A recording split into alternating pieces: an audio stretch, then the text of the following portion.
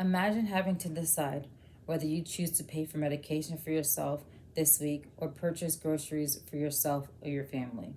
For some, that may not be such a hard decision if you have medication that your life doesn't depend on. However, what if it did?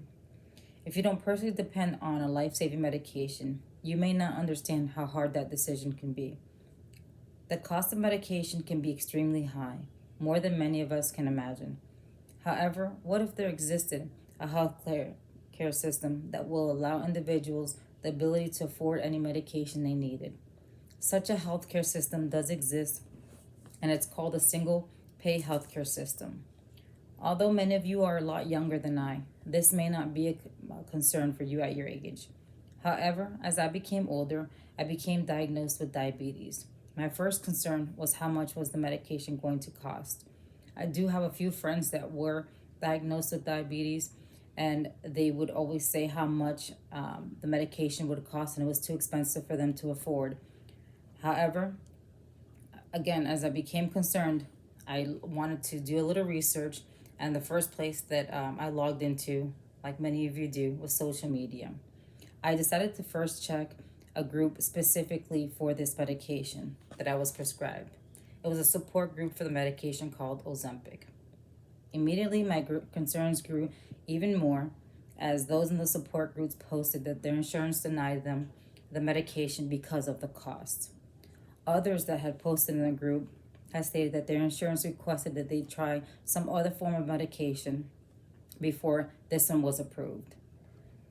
Many of the ones that posted began to state that they had paid hundreds of dollars out of pocket for the medication. This specific medication was new to the market, but the studies that were conducted had amazing results for diabetics who needed to lower their blood sugar. Additionally, many of those that were in those study groups began to lose weight and their sugar levels became balanced. Naturally, I searched the cost of the medication only to be mind blown. I'm going to show you the cost of the medication at a discounted rate through a prescription discount card called GoodRx, which is used by many people that don't have insurance. As you can see, the costs range from $886 through $928. This is for one pen of 1 ounce of medication in it. Since I was prescribed a shot of 0.25 milligrams per week, this pen would be 1 month's supply. I'm going to show you a picture of what this $900 medication looks like. Now I want to show you what $900 worth of groceries looks like. Because of this personal experience, it made me think of all the Americans here in the United States that don't have health insurance. That's why I chose this topic. I wanted to learn a little bit more about why the United States didn't adopt a more universal healthcare system like the single pay option. While conducting this research topic, I learned what a single healthcare system was. According to the Harvard Publishing Health Journal, a single payer insurance is commonly defined as a single government fund within each state which pays hospitals, physicians, and other healthcare providers, replacing the current multi-payer system of private insurance companies and health plans. To give you an idea of what private health insurance costs, I looked at my own insurance plan through my employer. I chose the cheaper of the three options offered by the City of Newport News. I pay $111.68 bi-weekly, which doesn't include premium for like dental insurance, vision, life insurance, short-term disability, or long-term disability. That really isn't a lot of money. However, what shocked me was the amount of money my employer pays for my insurance. My employer pays $746.89 bi-weekly. When you add the total cost of my insurance for 1 month, that's $1,717.14. I multiplied that by 12, the cost it would be for 1 year, and that total cost was $20,605.68. That really put things into perspective for me. That amounts to the same amount of money of someone who works full-time, 40 hours a week, and earns $9.91 an hour for 1 full year. According to the National Health Program, there are about 44 million Americans without health insurance. Why should so many Americans go without It's the essential need of medical care coverage when there are other options like single payer insurance.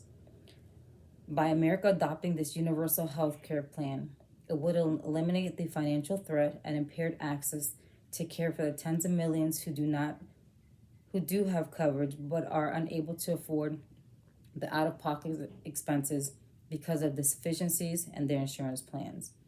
It will return to the patient free choice of physicians and hospitals, not just choice of the restrictive healthcare plans. By adopting such a plan, it would relieve businesses of administrative hassles and expenses of maintaining good health benefit program. It would remove from the healthcare equation the middleman that has wreaked havoc on the traditional patient-physician relationship while relaxing outrageous amounts of patient care dollars for their own gains. It will control healthcare inflation through constructive mechanisms of cost containment that improve allocation of our healthcare resources rather than controlling costs through an impersonal business ethics. In my research, it appears that one of the main arguments to not adopt this type of healthcare system boils down to money. It is argued that a single payer system, by being universal, will lower the standard of care to a level of mediocrity for everyone, preventing the affluent from exercising the option to obtain the highest care level. However, our current system is characterized by essentially two alternatives: either no insurance with severely impaired access to even a mediocre level of care, or being insured by a managed care industry that has slashed and burned until mediocrity has become the standard. Only the relatively affluent now have access to unlimited care. With the generous level of funds that we already have dedicated to healthcare, with a more efficient administration, a single payer system would raise the level of care well above the mediocrity that we now have. In conclusion, by adopting such a plan, Americans wouldn't need to make the harsh decision of deciding whether they should pay for medication this week or purchase groceries for their families because they can't do both. If America adopted this plan, many citizens would have universal care for themselves and their families.